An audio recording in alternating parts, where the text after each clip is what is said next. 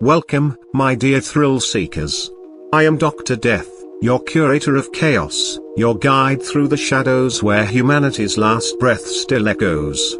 Tonight, we journey deep into a world that has long since forgotten mercy, a place born from the ashes of rage, infection, and despair. 28 years have passed since the world fell to madness. Civilization is a whisper, hope a ghost. But the hunger to survive burns even brighter in the darkness. This is not the London you once knew. This is a graveyard of memories, a realm where the infected still roam, and the living are far more dangerous. So, lock your doors, kill the lights, and listen closely. What you are about to hear is a spin-off tale from 28 years later, one soaked in blood, fear, and the terrible cost of survival. Now, let the infection spread, skull emoji. The world had burned twice already. The first time it was London, gone in a week, swallowed by the rage virus that turned men into monsters. The second time it was the rest of humanity, scattered, bleeding, starving in the ruins of what used to be civilization. Now, 28 years later, the infection was back. The signal. The wind howled through the skeletal remains of Manchester. Rusted streetlights creaked, their hollow poles whistling like dying throats. A half-collapsed billboard fluttered in the cold. Reclaim Tomorrow, United Kingdom Rebuild Project. But tomorrow had been cancelled long ago. Corporal Lena Marsh crouched beneath the sign, clutching her rifle as she scanned the gray skyline, her breath fogged inside her cracked respirator. The city smelled of ash and iron, the scent of old death and new rain. "Command, this is Outpost Red 4, she whispered into her radio. "I've got eyes on the source. Repeat, I've found the signal." Static hissed. Then a voice broke through, distorted and desperate. "Help, survivors, coordinates." The rest drowned in static. Lena's pulse spiked. That voice wasn't from her unit. It was someone else. Someone alive. "Copy that," she muttered. Moving to intercept, she slid her finger to the trigger, scanning the shadows. For a moment, she thought she saw movement in the ruins, a flicker of red eyes in the distance. But when she blinked, it was gone. Just the wind, she told herself. But the wind didn't snarl. The survivors. The survivors lived underground now. In the damp tunnels beneath an abandoned subway station, about 50 souls clung to existence. Engineers, soldiers, scavengers, and children born into a world without sunlight. They called it Haven 9. It wasn't much of a haven, but it was all they had. Lena returned to camp at dusk. She climbed down the ladder, her boots echoing off wet concrete. A line of torches flickered along the tunnel walls, casting ghostly light over makeshift barricades of metal sheets and sandbags. Captain Halverson, broad-shouldered, his beard streaked with gray, met her at the gate. "Well," he demanded, "did you find anything?"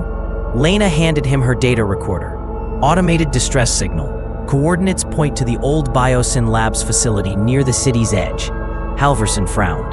"That's inside the red zone." "I know," she said quietly, but the signal was human. He stared at her for a long moment, then sighed. "We're running low on meds. If someone out there has working tech, we can't ignore it." He turned toward the command tent. "We move at dawn. Bring a team." Lena nodded. She didn't mention the eyes she'd seen in the ruins, or the low, animal breathing that followed her all the way back. The Red Zone. At sunrise, the 4-person recon team left Haven 9. Lena led the way, followed by Doc Rafik, their medic, and the twins, Mason and Eve, 2 rough-edged scavengers who'd grown up in the wasteland. The road to the Red Zone was a graveyard. Corpses mummified by time leaned against burned-out cars. Ash fell from the sky like snow. They reached the Biosyn perimeter by afternoon. The facility loomed ahead, surrounded by razor wire and rotting guard towers. Its front gate hung open, swinging gently in the breeze. "Smells like death," Mason muttered, shuttering his shotgun. "Keep it down," Lena whispered. Infected could still be active. Doc Rafik adjusted his scanner. Radiation minimal, but there's something else, movement inside. Eve squinted through the scope of her rifle. "Yeah, I see them.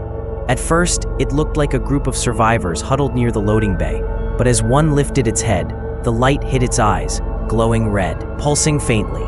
Its mouth opened, revealing blackened gums and teeth. "Oh hell," Mason breathed. "They're evolving." The hive.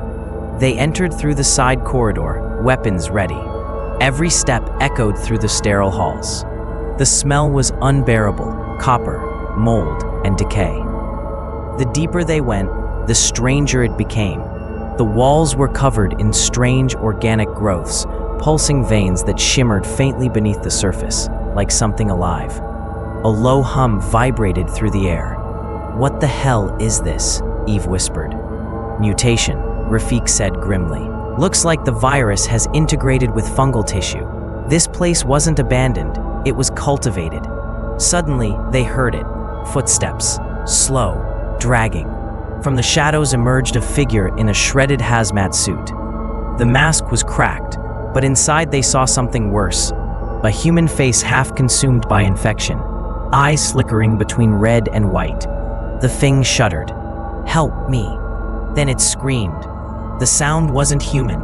It was rage, pure and primal. The lights flickered, and then they were surrounded.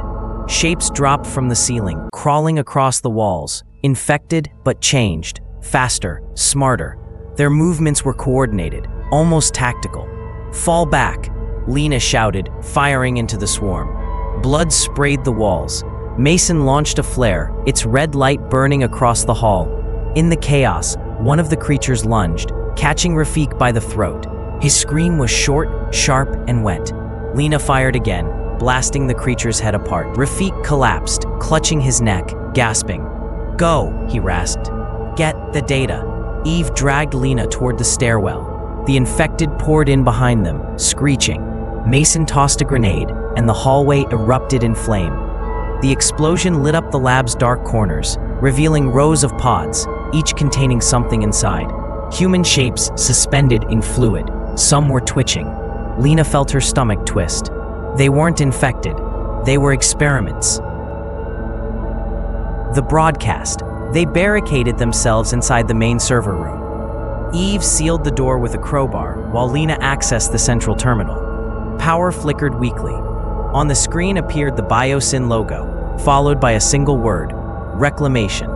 A video log autoplayed. A man in a white coat spoke into the camera, gaunt, sweating. Project Reclamation was initiated after the Rage resurgence in year 25. Objective: create a symbiotic strain, controllable, intelligent.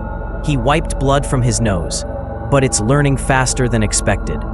It uses our own networks against us. It mimics us. He turned towards something off-screen. His voice dropped to a whisper. "If anyone finds this, burn it all. Don't let them leave." The video cut out. Lena stared at the screen. It's not just rage anymore, it's adaptation. Eve glanced nervously at the door.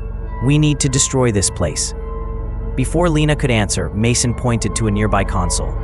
"Hold up, there's a signal beacon. We can broadcast this, tell the other outposts." He started typing. "Give me 30 seconds. But the humming grew louder. The lights dimmed to red. And then came the pounding, heavy, rhythmic, like a heartbeat against the door. "Too late," Eve said. "They found us." The door dented inward. Metal groaned. Mason looked back at Lena, his face pale. "Get the data out. That's an order." He slammed his fist down on the manual override. The outer door sealed, just as the inner one burst open. Lena and Eve watched through the reinforced glass as the swarm engulfed him. His screams didn't last long. Eve grabbed Lena's arm. "We can't stay." The escape. They ran through the maintenance tunnels, alarms blaring above them. The emergency lights painted the walls blood red. The air was thick with dust and the smell of burning flesh. "Where's the exit?" Eve shouted. "West access tunnel," Lena replied. "Half a click ahead." They reached a narrow shaft leading upward. Eve climbed first, kicking loose debris as she went. Halfway up, something grabbed her leg, a twisted arm reaching from below. She screamed, firing downward blindly. Blood splattered across the ladder. "Go," she cried. "I'll hold them. Not a chance." Lena reached down, hauling her up by sheer strength. Together they stumbled onto the surface, gasping for breath. Behind them, the facility burned. Plumes of smoke rose into the gray sky. But then they saw it. Movement in the distance. Not one infected, hundreds, crawling over the ruins like ants. They were spreading. Eve's eyes widened. It's too late, isn't it? Lena stared at the horizon. Not yet. She pulled the pin for her last grenade and tossed it into the open hatch. The explosion ripped through the tunnel, collapsing it in a burst of dust and fire. For a brief moment, the world was silent. Then the moaning began again, distant, echoing, endless. The chase. They reached an abandoned highway by nightfall. The storm rolled in fast, wind cutting through their torn uniforms. Eve limped, her leg bleeding badly. Lena supported her, scanning the darkness. We just need to reach the truck depot. There's fuel there, maybe a vehicle. A scream pierced the night. Then another. Shapes emerged from the fog. The infected, faster than ever, their eyes glowing like coals. "Run!" Lena yelled. They sprinted down the cracked asphalt. Lightning flashed overhead, revealing a wall of twisted faces chasing them. The rain turned to mud beneath their boots. Eve stumbled. "Go! I can't. Shut up and move." They burst through the depot gates, slamming then shut behind them. The pounding started immediately, dozens of fists hammering the metal.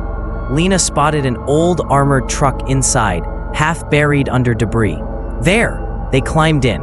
The keys were miraculously still in the ignition. Lena turned them. Nothing. She cursed, hitting the dashboard. Outside, the infected screamed louder. Metal began to tear. Eve reached under the seat, pulling out a flare gun.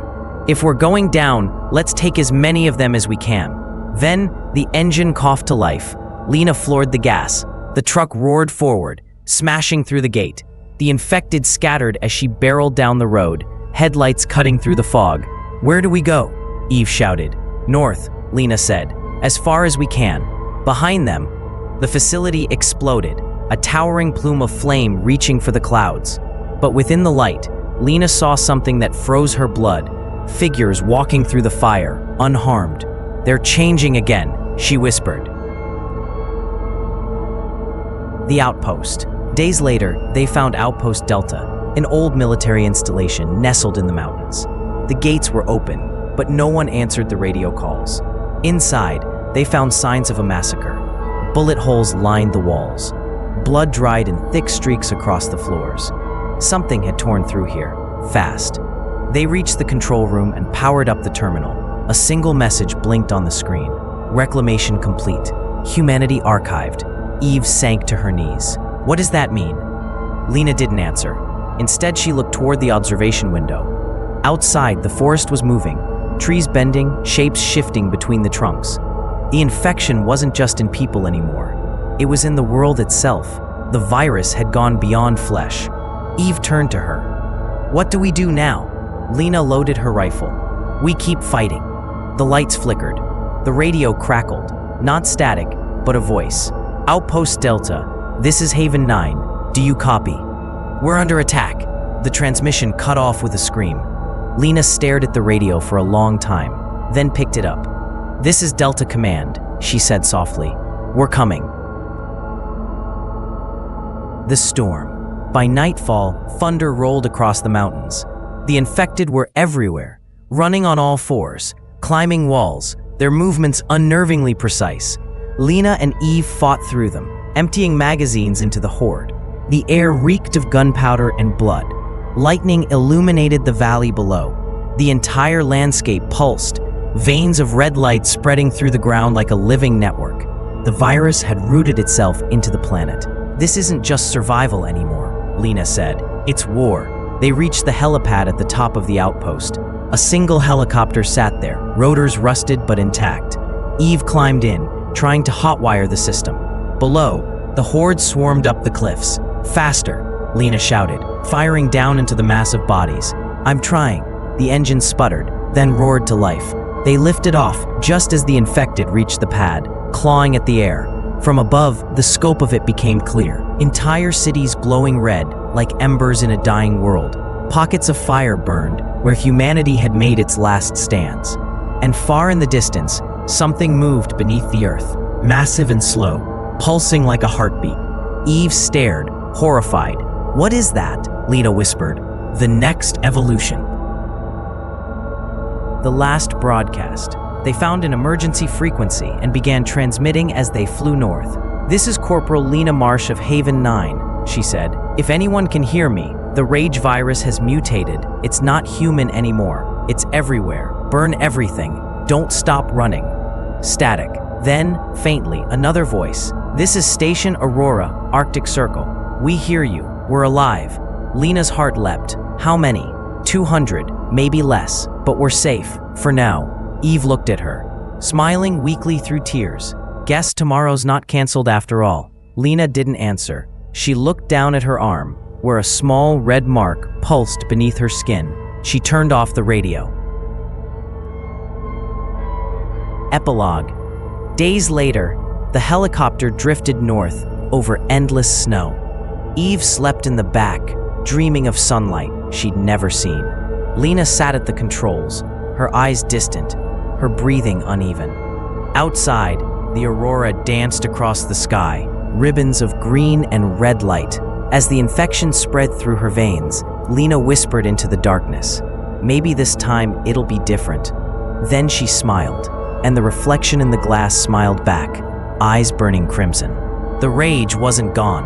It had learned to wait. And so it ends, for now. The few who lived through the night will wake to another dawn painted in crimson. The rage never truly dies, it only waits, festering in the dark corners of humanity's soul. Perhaps one day, the virus will burn itself out. But until then, the screams will echo, the shadows will move, and the line between the living and the infected will blur once more. You've been listening to Dr. Death, your companion through nightmares and the decay of civilization. If you survived tonight's horror, then dare to return, for more tales of terror and blood, only on SinisterMediaHD. Until next time, keep your heartbeat steady. The infected can hear it.